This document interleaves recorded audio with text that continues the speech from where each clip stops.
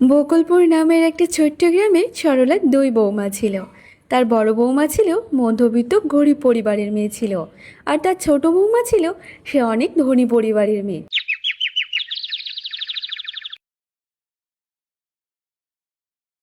আরে, এখানে তো এক বোতল তেল ছিল, সেই এক বোতল তেলগুলো কোথায় গেল?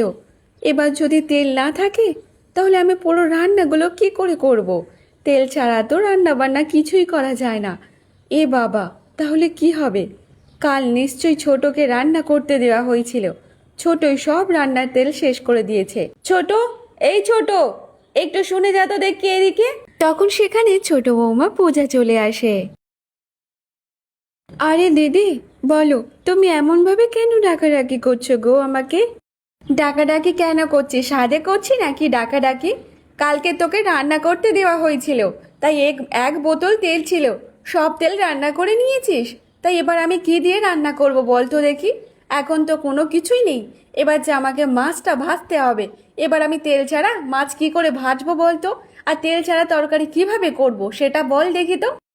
দেখো দিদি, তুমি তেল ছাড়া তরকারি কিভাবে করবে না করবে সেটা তুমিই দেখো, সেটা আমি তো দেখবো না।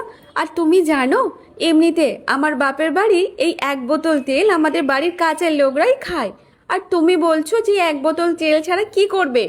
আর শোনো, কাল তো তোমরা আমাকে বলেছিলে যে আমার হাতে রান্না খেতে চাও, তাই তো আমি অত সুন্দর রান্না বান্না এত তেল ছাড়া কিভাবে করি বলো তো? মাংস করতে গেলে তো বেশি তেল লাগে, তাই মাংসতে তো সব তেল দিয়ে দিয়েছি। তা আমি কি করব বলো তো দেখি? দেখ ছোট, এটা তোর বাপের বাড়ি না, এটা তোর শ্বশুর বাড়ি। আর তোর শ্বশুর বাড়ির অভাবের সংসার, অভাবের সংসারে তো একটু দেখে শুনেই তো খরচা করতে হয়।